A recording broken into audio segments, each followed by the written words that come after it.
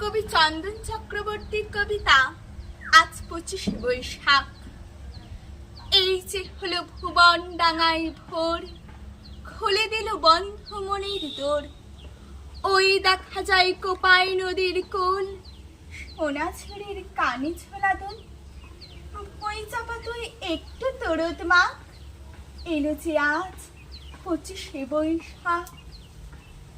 জেগে উঠুক প্রাণীর ভিতর প্রাণ, মনের মাঝে জাগুক বকুল ঘ্রাণ।